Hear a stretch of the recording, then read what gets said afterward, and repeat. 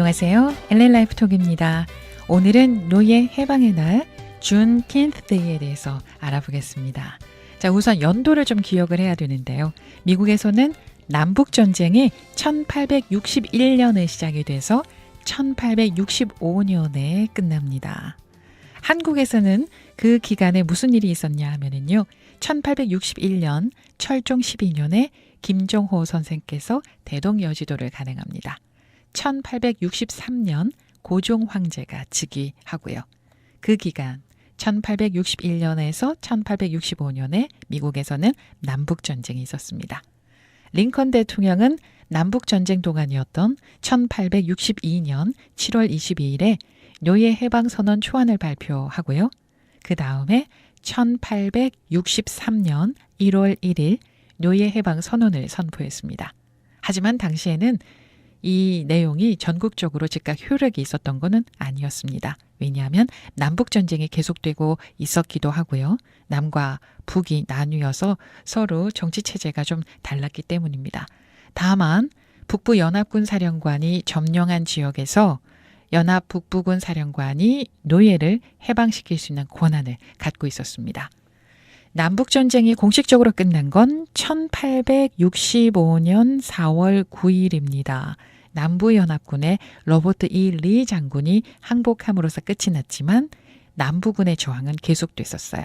그러던 6월 18일에 북부연합군의 고든 그랜저 장군이 연방정부를 대신해서 텍사스를 점령하기 위해서 2,000명의 연방군대와 함께 텍사스주에 있는 갤버스턴 섬에 도착을 합니다. 그리고 그 다음 날 6월 19일 고든 그랜저 장군은 갤버스턴의 애쉬턴 빌라라는 그 건물의 발코니에서 노예 해방을 확인하는 장군 명령 제3호를 공개적으로 발표합니다. 선언한 거죠. 애쉬턴 빌라라는 그 건물은요, 남북전쟁 당시에 군 사령부였습니다. 현재는 미국 국립사적지에 등재가 되어 있고요. 텍사스의 역사적인 랜드마크입니다. 자, 6월 19일에 애쉬턴 빌라 발코니에서 고든 그랜저 장군이 발표한 내용은 이렇습니다. 텍사스 사람들은 미국 행정부의 선언에 따라 모든 노예는 자유라는 것을 알린다.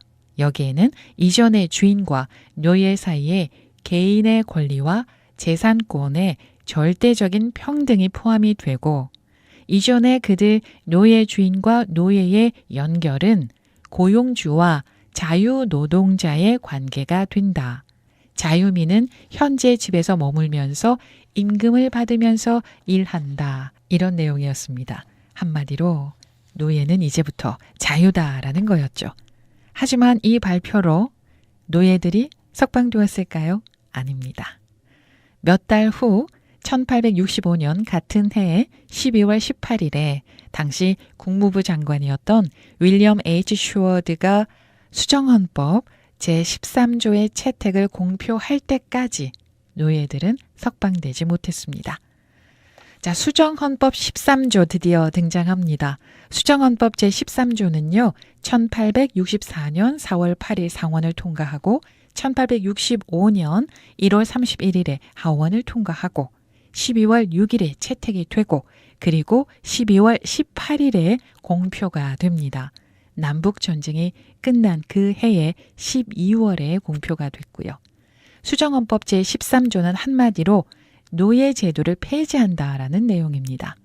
수정헌법 제13조 제1항은 정당하게 유죄 판결을 받은 범죄에 대한 형벌을 제외하고는 노예 제도 또는 비자발적인 노동 이런 것은 미국과 미국이 관할하는 지역에 존재하지 않아야 된다.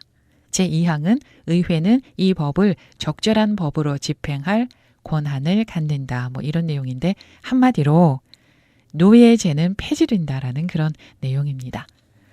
자, 노예 해방 당시 이때 당시 1865년 텍사스의 인구 가운데요. 무려 3분의 1이 흑인 노예였다고 합니다. 18만 3천 명이나 됐다고 하네요.